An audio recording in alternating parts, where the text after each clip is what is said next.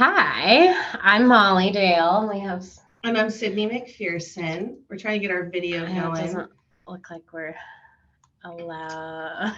But we're both rehab counselors that work with transition students, and Molly and I split the Boise School District. So we just wanted to introduce ourselves and tell you what schools we both serve, and we will have our contact information available for you at the end of this presentation. If you do have any questions, which we do anticipate there will be time for, but if you do have any direct questions that you don't get addressed during this presentation, please feel free to reach out to either one of us. Yeah, definitely. And so one thing I just wanted to say, so Sydney and I, we split the Boise School District, but we do also have two counselors that serve and split the West Ada School District as well. So Voc Rehab as a whole, we serve all of the high schools. So today we're going to talk a little bit about our services specifically for high school students.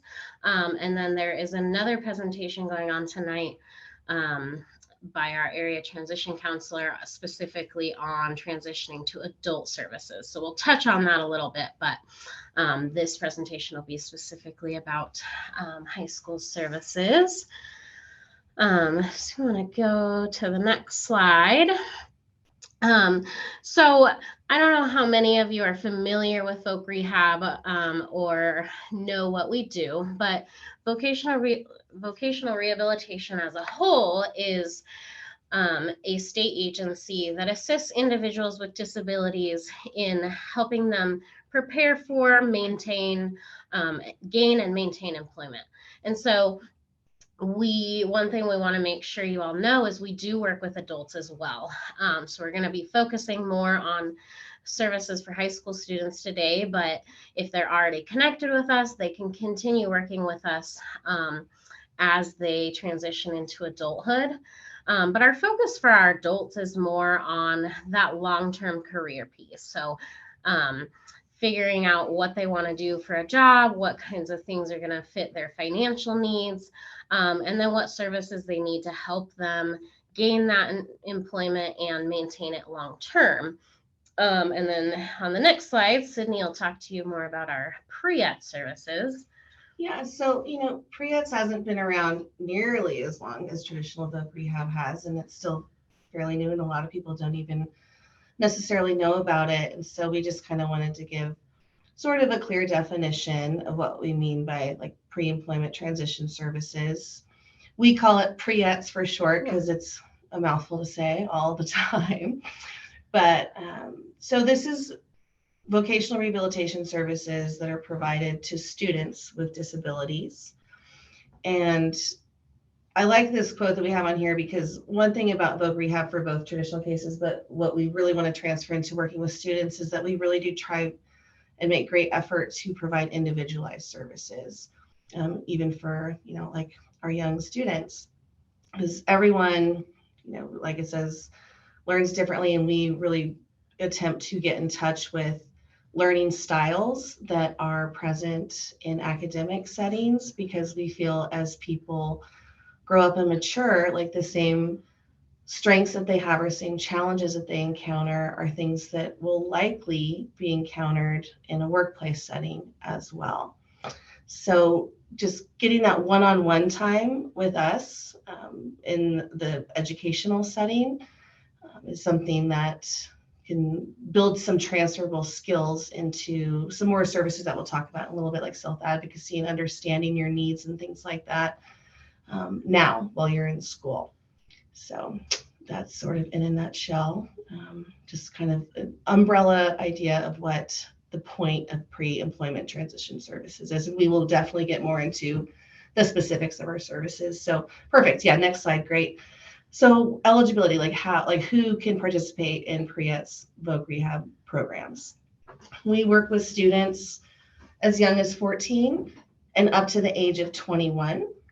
And really eligibility is based on that you're a student, that you're enrolled in an official educational program.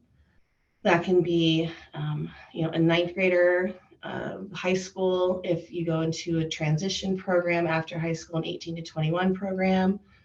You go into an educational program, college-based or training certification programs, we can still provide these specific kind of pre-ed services while you're still like, getting into adult services, but these specific pre-ed services, which are more still building pre-employment skills, we can work with you up to the age of 21 if you're still enrolled in school.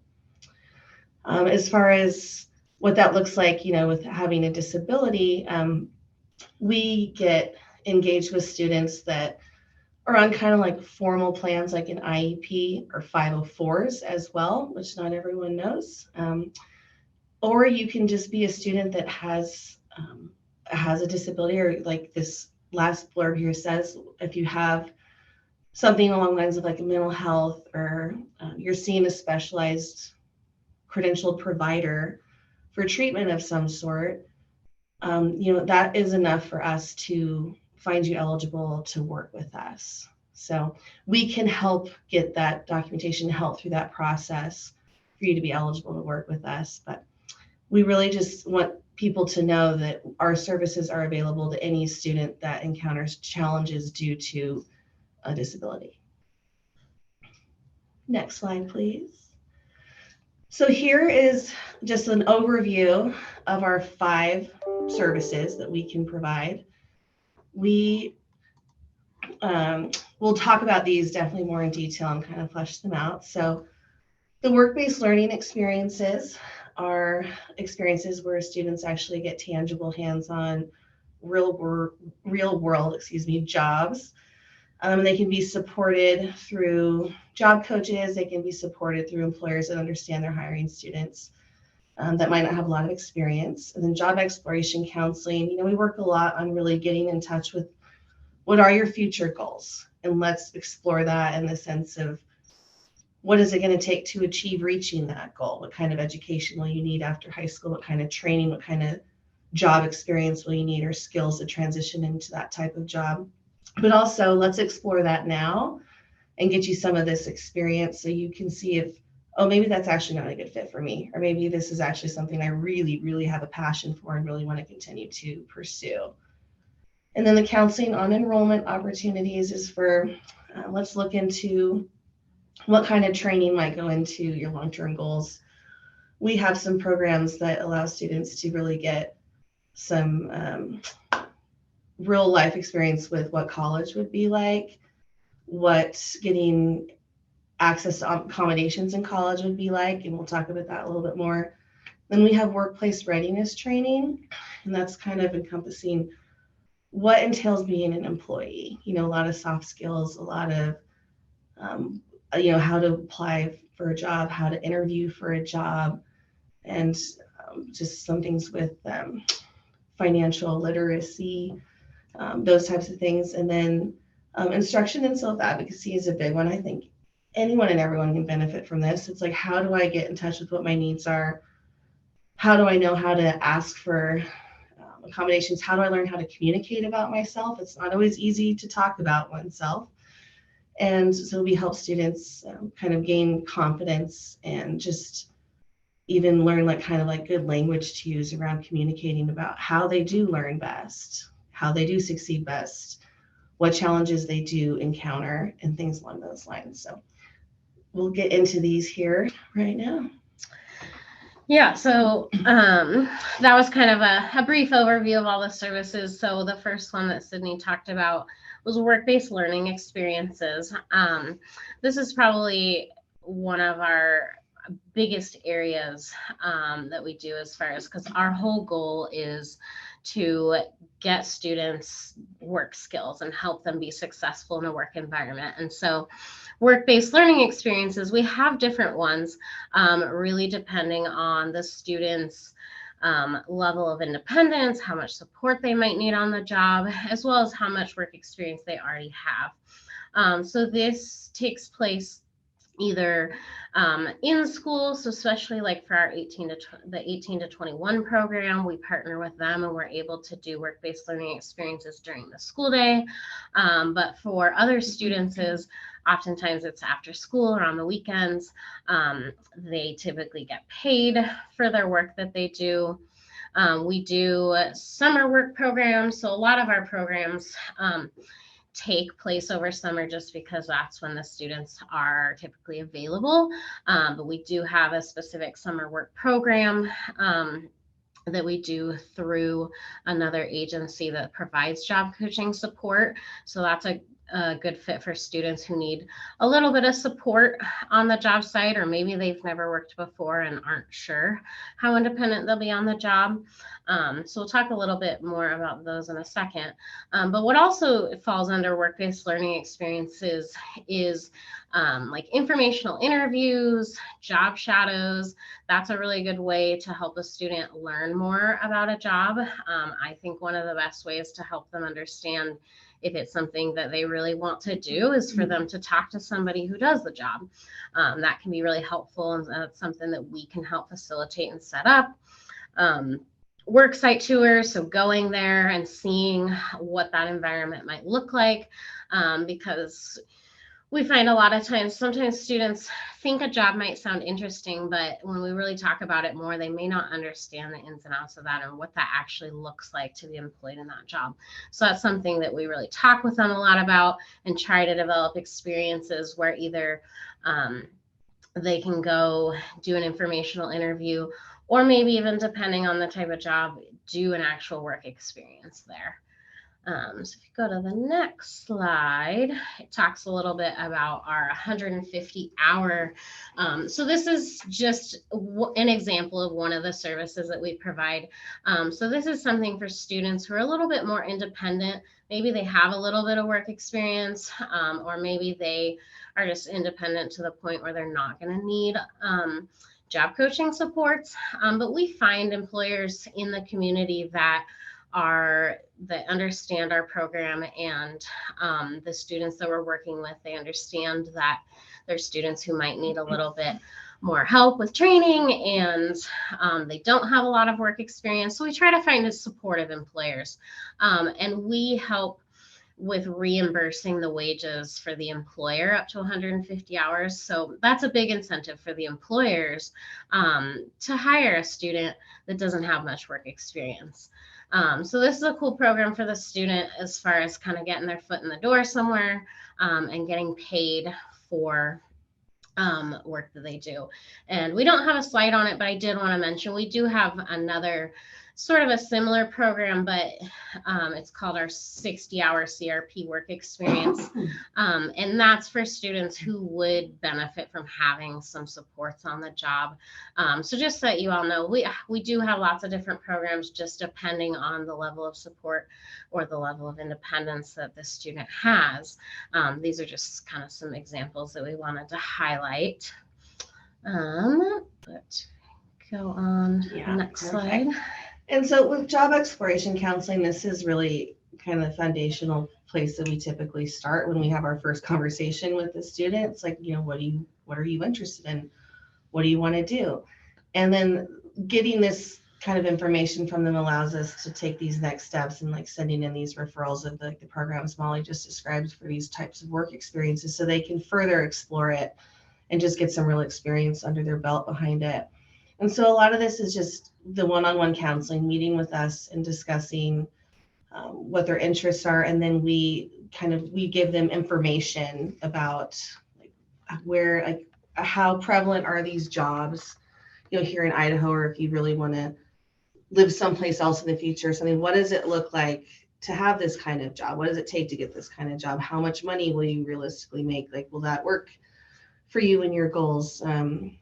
Just all of those kind of real world things that might not be considered, and thinking that something sounds interesting. Like, we really start at this level to be like, well, just because it sounds interesting, let's see what it will take from you in order to reach that goal. So that's job exploration counseling in a nutshell. Thank you. And then counseling on enrollment opportunities, through the job exploration process, if you know that it's going to, take some formal education or training or experience directly related to that, we start just giving them the facts, real information about, okay, this will require a master's degree. Do you want to go to school for that long, or pay for school that long as we can provide support for college and things like that? But just really give them as much information as we can for them to be able to start making informed decisions about their future, like as they're planning it. And, there's the ways that we do that is, again, just kind of that one-on-one conversation and counseling. We talk about like how you apply for financial aid, the importance of doing that, what future supports would look like from Voc Rehab, um, just all those things like college career days, like go to these career fairs, things along those lines, even helping them get in touch with the career center at their high school, talk with that counselor there. There's oftentimes, well, all the time, like schools are coming and presenting about their programs that they have and things like that, and just putting them in touch with resources outside of just talking with us about it, so that they can just make a good decision. Yeah, and one more thing on that, I wanted to mention that we also talk a lot with students about is helping them figure out how to get accommodations on a college campus, navigating that process, and also talking a lot about like the difference between high school and college and helping them determine if that's a good fit for them. Because some of the accommodations, depending on what they are, may or may not be things that they would be able to get on a college campus. So we talk with them a lot about that. Yeah, absolutely.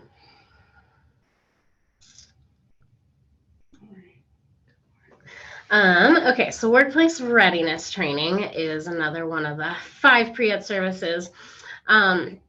So workplace readiness training is really embedded as a part of pretty much all of our programs, because again, this is our whole goal, is to help students become ready for work and ready for whatever their next steps are after high school.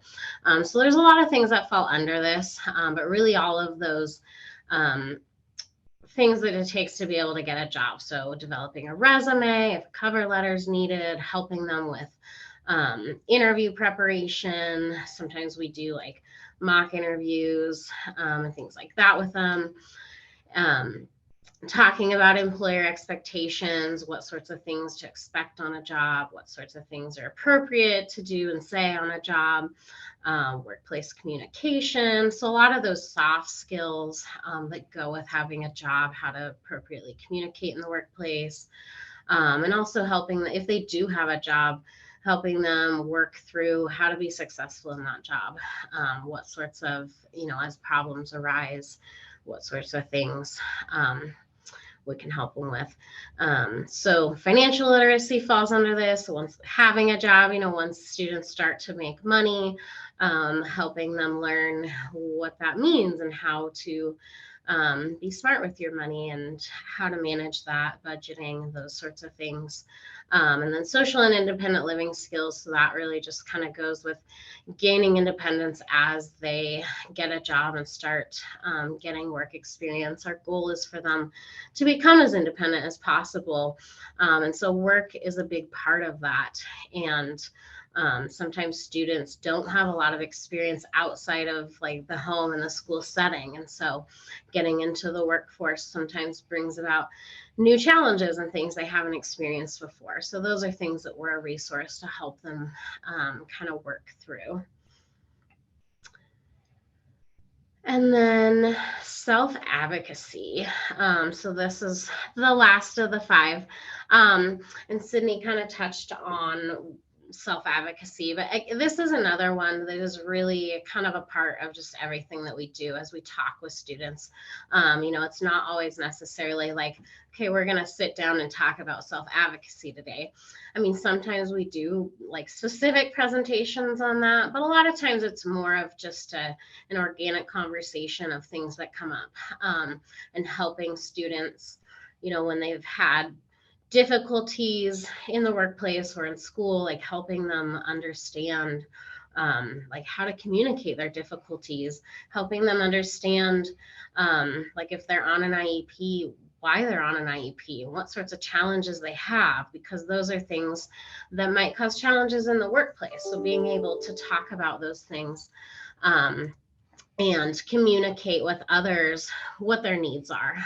So we talk about this a lot. with students. Accommodations also kind of falls under this, so advocating for accommodations that they need in the workplace. So we're definitely here as a resource to help them advocate for themselves and advocate for them. But really our goal is to help them be able to do it themselves, help them feel comfortable going up to their employer and advocating for their needs, and encouraging them to practice that in a safe environment, like with their teachers and things like that. So yeah, that's self-advocacy. Then then here's just some like specific programs that we offer that kind of hit on these services that we just discussed, that some people that are familiar with us might have heard about or might not. We just had a reality town with the money symbol here as part of a Tools for Life conference, and that is really a program helping students get an experience in self-advocacy and doing almost like a game of life that's kind of coming to life in real time and navigating through real life scenarios and situations.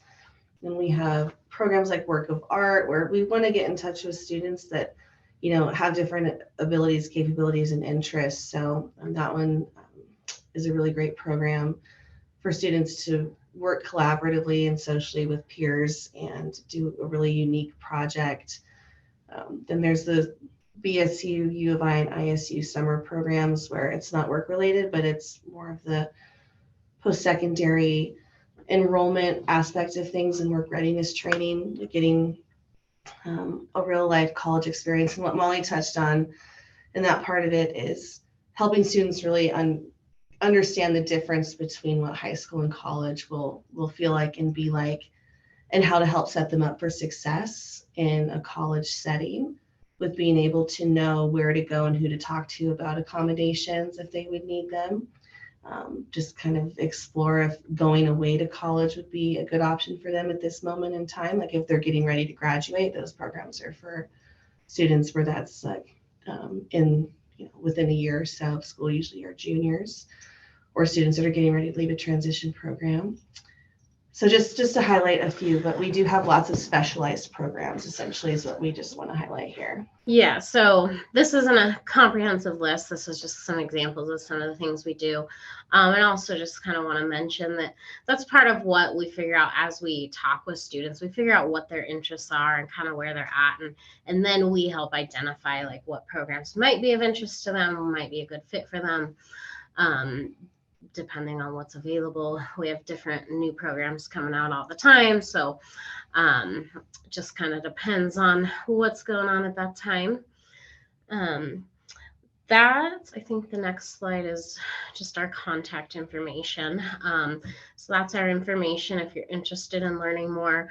One thing that we didn't mention is how to get signed up for our services. So for students, that's a really simple process. It's a 2-page form. And the schools, you can get that information directly from us, but we're also, like I said in the beginning, we're embedded in all of the schools. So the special education teachers and the school counselors have that information as well. But really, it's just filling out that 2-page form. A staff member from the school signs it, verifying that you're a student with a disability or student with an IEP or a 504. And having that is what allows us to get connected with the student.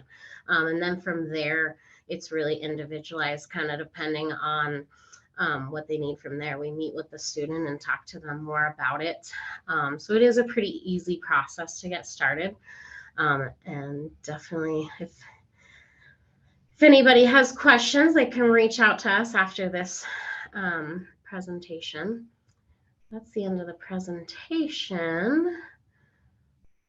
Anybody has Thank you, Molly and Sydney. We did run out of time, so we won't be able to host questions, but hopefully you got the contact information off the last slide. And I know that these recordings will be shared with participants so that you can get follow-up information that you might need.